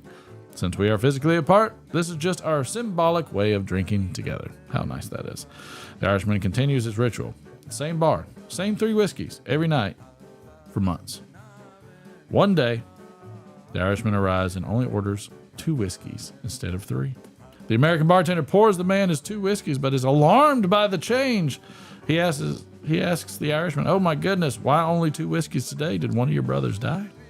The Irishman, while sipping each of the 2 whiskeys, looks up at the bartender and says, "Oh no, lad, my brothers are totally fine. I just quit drinking." That's I like that. I like that. That was a good one. I like that. I'm a fan. What's the difference between St. Patrick's Day and... Nope, not reading that one. Yes, you are. No, I'm not. This St. Patrick's Day, I drank too much and had to take a bus home. That may not be a big deal to you, but I've never driven a bus before. I was going to say, but read more. Did you hear Julia Roberts has a new movie coming to theaters on St. Patrick's Day? She plays an Irish legal assistant who investigates the toxic levels of green beer in Ohio. It's called Erin Gobrowicz. Oh, wow. Nope. No. It's called Read More. Would have been funnier. What's the only major difference between Cinco de Mayo and St. Patrick's Day? I'm about to not. Nope, not reading it. On St. Patrick's Day, an Irishman who had a little too much to drink was driving home from the city, and his car was weaving violently all over the road. Okay, this isn't too bad so far. A cop pulled him over and comes up and says, "So," said the cop to the driver, "where have you been?" "Why, I have been to the pub, of course," slurs the drunk. "Well," says the cop, "it looks like you've had quite a few this evening." "I did all right," the drunk says with a smile. Thank you. Did you know, says the cop, standing straight and folding his arms across his chest, that a few intersections back, your wife fell out of the car?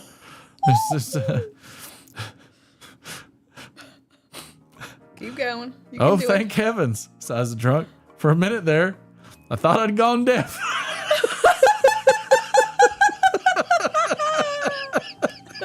That was actually that was a good one. I was pleased with that one. That was a good one.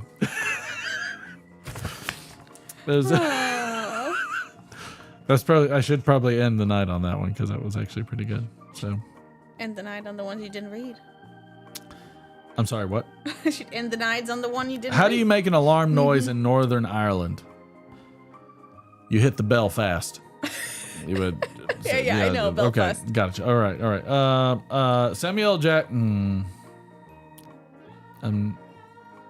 Okay.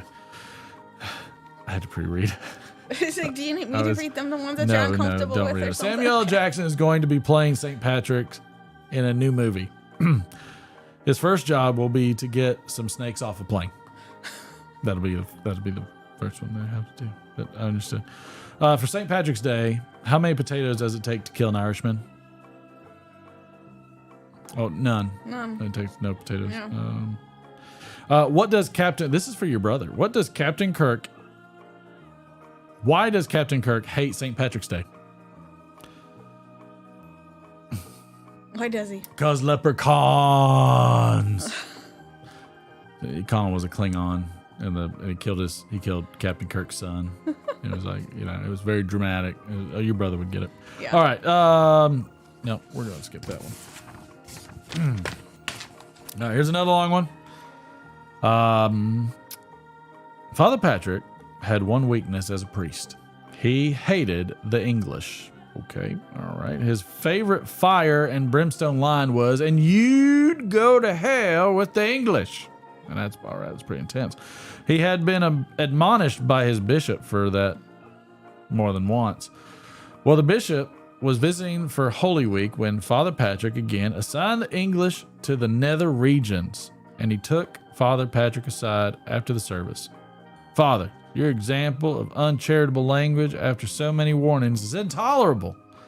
If you ever presume upon the judgment of God concerning your Christian brothers in Great Britain again, I will have to suspend your pastoral faculties, and we will address the incivility with all other appropriate measures." That's a lot of words. Yeah. "My Lord, forgive me. 'Twill not happen again." All was well at Mass the next day and the following day, and Father Patrick was celebrating Holy Thursday Mass and recounting the scriptural narrative of Jesus predicting his betrayal by his disciples, or at least the one. And Matthew asked, "Lord, is it me?" "No, Matthew, it is not you." And Peter asked, "Lord, is it me?" "No, Peter, it's not you." And Judas asked him, "God blind me, governor, is it me?"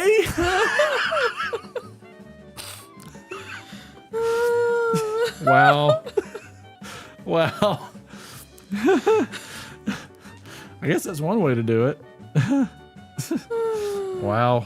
I caught the Englishman inflection in that. Mm-hmm. Not that I presented it, but I caught it in the joke. In honor of St. Patrick's Day, can you guess my Irish name? Pat McGroin.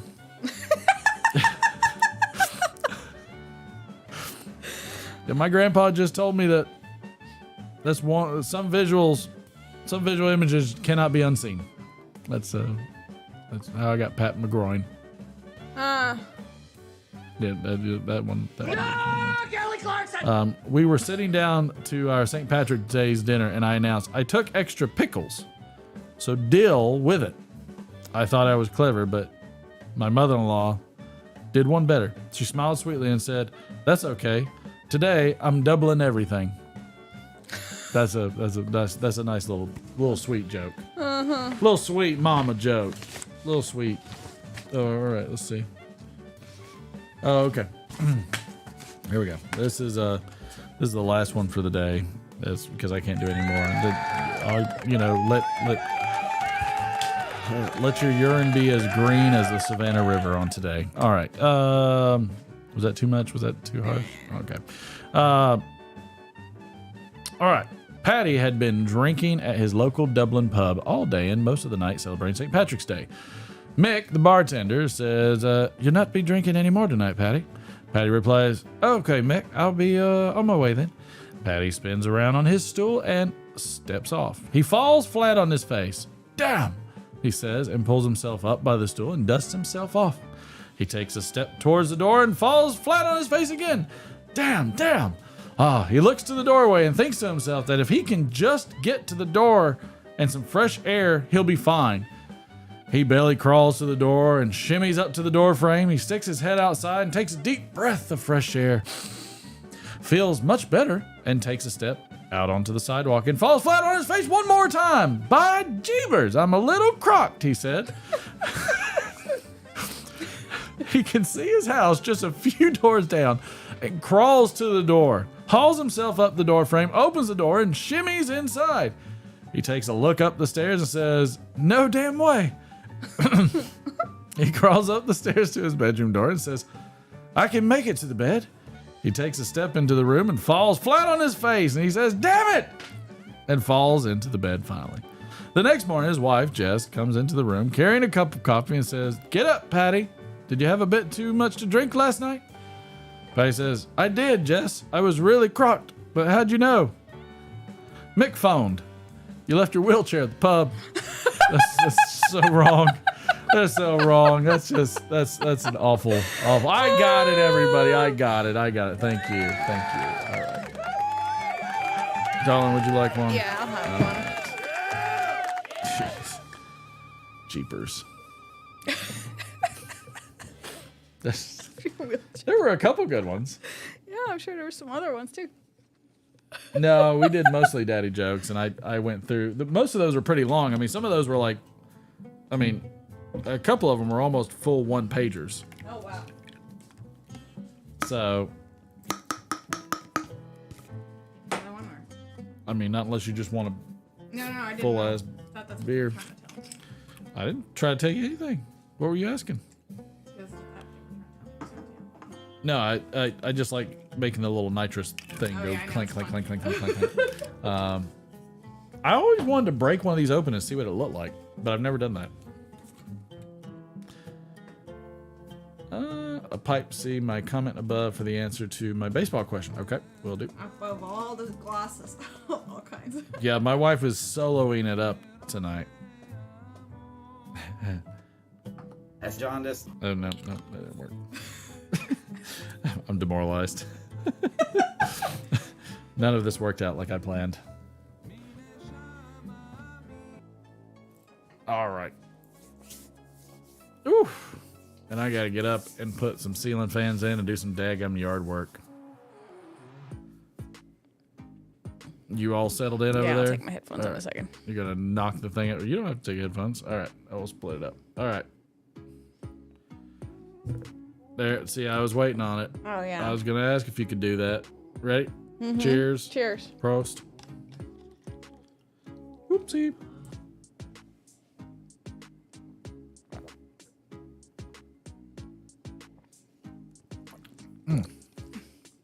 That coagulated fast.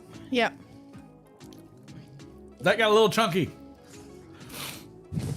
That got a little chunky. This is all true. Oh, yeah. All right, everybody. That's going to do it for the night. We're going to wrap this one up. I appreciate y'all listening to my story. Entertaining McFly, as y'all do. Where was that? What was that thing that you had? Where was it, Patrick? Where was your answer to your question? I got to find you. Because now I'm curious.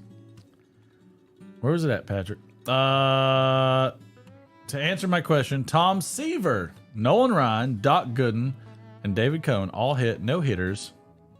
All pitched no-hitters after being traded from the Mets. That's crazy. That's a very cool. I like that.